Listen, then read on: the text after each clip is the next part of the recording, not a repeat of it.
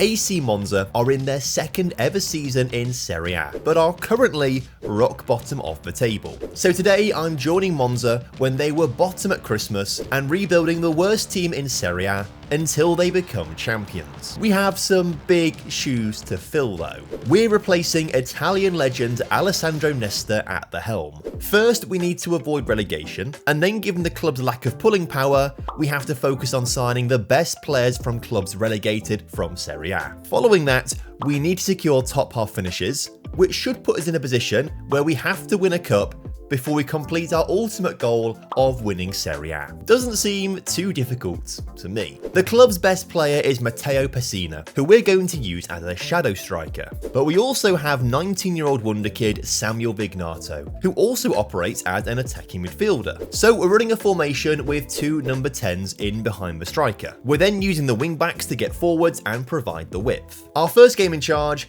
is a baptism of fire as we travel to AC Milan. Although Matteo Pessina scored first for us, AC Milan were the way better side, and eventually they ran away with the match as 3-1 victors at the San Siro. But we did win our second game in charge, as striker Dani Motta scored 50 minutes in, before Matteo Pessina ensured the 3 points were ours with a goal on the hour mark. In fact, we actually found ourselves in pretty good form, as the front three of Motta, Pessina and Vignato all got into goal-scoring form. We beat relegation rivals like Venezia and Empoli, just about got the better of some mid-table teams like Fiorentina and Bologna, as we beat both of these teams chasing European football 2-1. We even managed a huge victory away at Inter Milan, with Dani Motta scoring the winner. So after joining Monza, who were rock bottom on 10 points at Christmas, we jump up to 13th by the end of the season and complete our first objective of avoiding relegation. Our players are really well suited to this formation, and I think if we can keep hold of our front three, we might actually be challenging for a top half finish in season 2. However, we have some tight budgets. The board are only letting us spend 5 million, and we're about to be overpaying in wages. That's because Samuel Vignato is wanted by several bigger clubs, meaning we've had to sign him up to a big new contract to keep him happy. So to be cost effective, we're only allowed to sign players from teams from relegated clubs from Serie A. And that's going to have to be the case until we record 3 mid-table finishes. Now, we were going to be bolstered by the addition of Andrea Colpani, who was due to return to the club after his loan spell at Fiorentina. But then Al Ittihad put in a bid worth up to £55 million for him, and it would have been stupid to say no.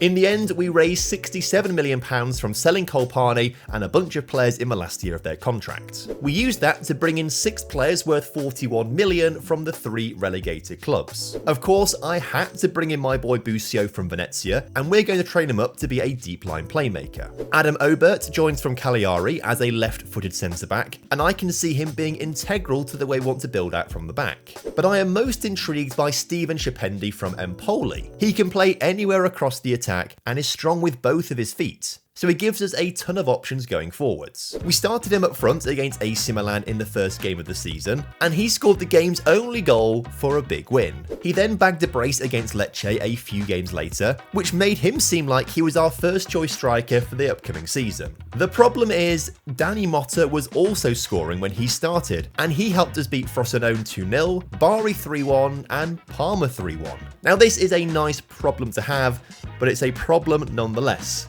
because I want to try and get a bedded starting 11 to make sure we have some good cohesion in the team. A bigger problem is actually, are you subscribed? If you're not, then click that button down below. It's free and it really helps me out. I did briefly change to a 2-striker system to see if playing both Motta and Scipendi at the same time would work, but we were way less effective with that system, and we actually lost more games than we won in the first half of the season, which means after 19 games, we sit 11th in the table. So I switched back to the 3-4-3 that we were having success with, and it certainly worked better for Samuel Vignato, who was way more productive behind the striker. So I think we need to stick with this formation, as we need to make sure our wonder kid hits his potential. But the drop in form midway through the season meant we didn't make much headway, so we end up finishing 10th place, which is the definition of mid-table. All being well, we only have 2 more summers of only signing players from relegated teams. This time around it's Bari, Hellas Verona and Lecce. There was also some big news towards the end of the season. We've had a board takeover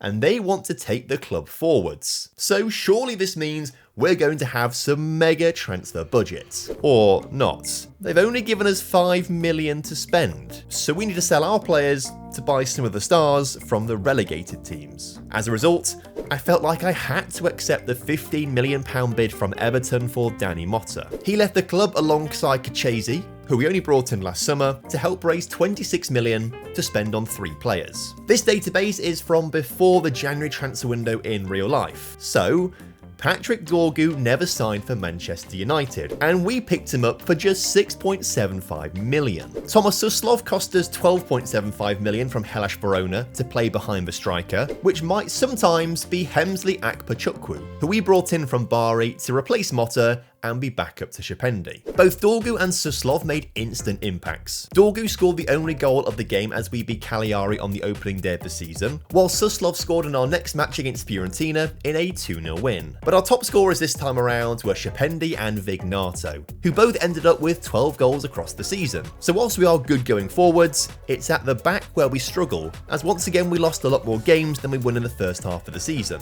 We sit 9th after 19 games, with the exact same win-draw-loss record as at this point last season. But the second half of the season only got worse. Andrea Bellotti scored a hat-trick for Como as they beat us 3-1. Bologna's Lewis Ferguson scored from a corner to defeat us, and Rafael Leao's 85th minute strike saw AC Milan get revenge for us beating them earlier in the season. So in the end, we fall to 13th, which for me is just scraping a mid-table position. We can still only sign players from the relegated Spezia, Udinese and Empoli, but hopefully this is going to be the last summer we have to do that. Luckily, we have 15 million to spend, which gives us a bit more room to manoeuvre. After rejecting a bid of 25 million for Shapendi, RB Leipzig tried again with 31 million, which we also said no to. But I was able to negotiate their next bid up to a total package worth £50 million, which I did accept. We only get 35 up front, but as well as selling Sensi, we got around 40 million extra pounds to spend. So to replace Shapendi, we signed Lorenzo Luca from Udinese for an eye-watering 18 million. But I am more intrigued by 18-year-old Tommaso Caputo, who already looks like a decent centre-back.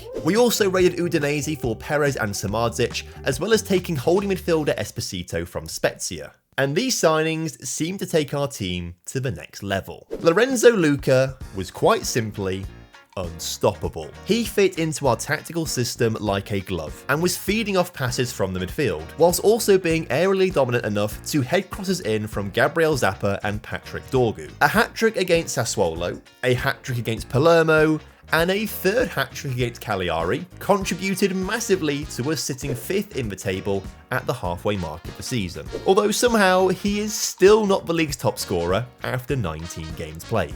He actually slowed down in the second half of the season, which meant others stepped up. Busio had his best scoring season yet, and so did Matteo Pessina, although a lot of his goals were from the penalty spot. Vignato fell just short of his best goal scoring tally, but he did hit a record for the number of assists he racked up.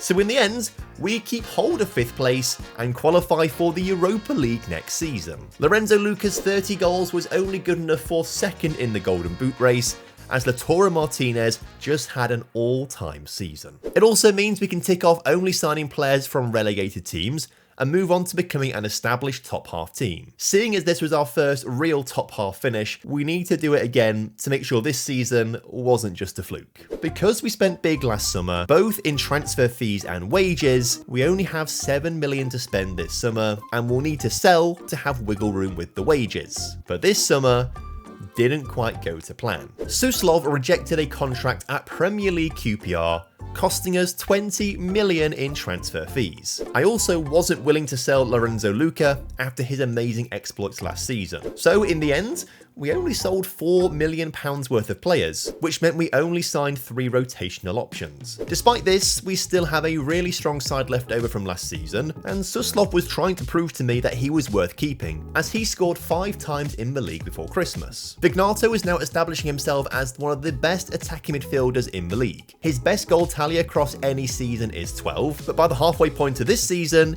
he already has 8. And of course, Lorenzo Luca was still the bagsman. He scored in big games and helped us beat Napoli 2-0, and then scored in the 93rd minute in front of Juventus fans to defeat the old lady 1-0. Perhaps last season wasn't a fluke at all, because at the halfway point, we're 4th in the table. In the Europa League, we've been given a mixed bag of teams to play against, but we did better than I thought we would. We managed to beat Villarreal 1-0 thanks to a Pessina penalty, then goals from Lorenzo Luca and Thomas Suslov ensured we beat Benfica 2-1 in Monza. We did succumb to Sevilla, who scored a late goal, inflicting on us our only defeat of the league phase. In the round of 16, we had a tough matchup with Slavia Prague, who pushed us all the way, but we prevailed as we won 7-5 on aggregate. In the quarters, we faced Lille, and we drew 1-1 in the first leg, but in Lille, the French side were too strong, and Jonathan David's 92nd minute goal sealed the win for Lille. They then lost to Copenhagen, who incredibly went on to win the whole thing. Back to the league, and we had a pretty good end to the season, staying in relatively consistent form, but did lose crucial games to Roma, Inter Milan,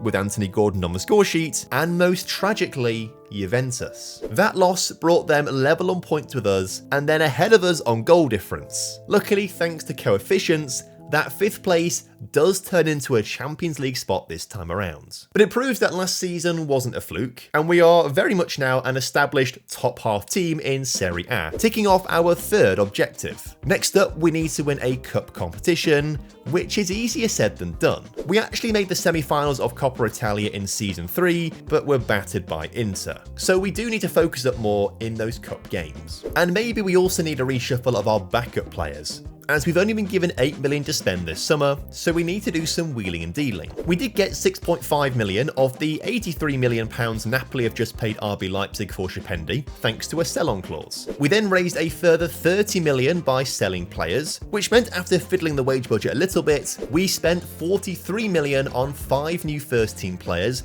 that improved the depth of the team. Gonzalo Zarita from San Lorenzo in Argentina is the most intriguing, because he might actually replace Lorenzo Luca. In all competitions across 2 seasons, Luca has 61 goals in 85 appearances, but there is an argument to say that the 20-year-old Argentine is already as good as him and will only get better. So perhaps feeling threatened, Lorenzo Luca went on a rampage. In just 20 Serie A games, he scored 25 goals, which meant that new boy Zarita was restricted to just 1 start in the league in the first half of the season. We couldn't not start the big man. Thanks to his goals, we sit 3rd in the table, just 4 points off Inter at the top. This season, our focus is to win a cup competition, but given our position right now, maybe we do need to focus on Serie A. In the Champions League, we've been given, overall, a kind run of fixtures through the league phase. However, we did end up losing to Olympiacos in Greece 1-0, whilst PSG, understandably, battered us 3-0 in Paris. But we did beat Chelsea and RB Leipzig to show we can perform against the big boys of Europe. We just missed out on the top 8, but I feel confident about a deep run in this tournament. And whilst we did breeze past Rennes in the knockout playoff round, we were then knocked out by Manchester United in the round of 16, for what turned out to be a shallow run in the tournament. Coppa Italia was always way more realistic for us to win. We joined that in the 3rd round, and we only just managed to beat Serie B side Benevento 3-2, thanks to a late penalty from young Zarita, who got a rare start ahead of Luca. Luca was back in the lineup for the quarter-final tie against AC Milan, and he scored 4 goals on our way to a 5-3 victory. This sets us up against Juventus in the semi-finals over 2 legs. In Turin, we battled it out in a hard-fought 3-3 draw, meaning it was winner-takes-all in the 2nd leg, back in Monza. And it was Zarita who came off the bench to score the game's only goal and seal our spot in the final. We'll take on Inter for the trophy a few games before the end of the season. Zarita has actually become an integral part of this side. As games came thick and fast, he was given more starts and playing time in the second half of the season, and he thanked us for that with goals. We now have a situation where in every game we play, if Luka or Zarita don't score, it's weird. Between them, they have 43 league goals, and as a result, with 2 matches to go, we sit just a point behind Napoli at the top of the table. Before we play those final 2 games though, we have Inter Milan in the Coppa Italia final. We got off to a flyer. Samardzic lasered the ball onto the head of Luka, who scored with our first shot of the game. But our good vibes ended when Kumbedi brought down Thuram in the penalty area, and goal machine Martinez looked certain to score, but he didn't. Canizares made a huge save to keep us in front. That crushed Inter, who stood off Vignato as he dribbled out wide, put a cross in the middle, and of course Lorenzo Luca headed home. And it's lucky he did, because straight from the kickoff, Inter were trying to get forwards, and making up for his penalty miss, Martinez scored an outrageous chip to make it 2-1 at half time. Inter did put the ball in the back of the net again from a set piece routine in the second half, but luckily Bastoni had wandered into an offside position. But increasingly,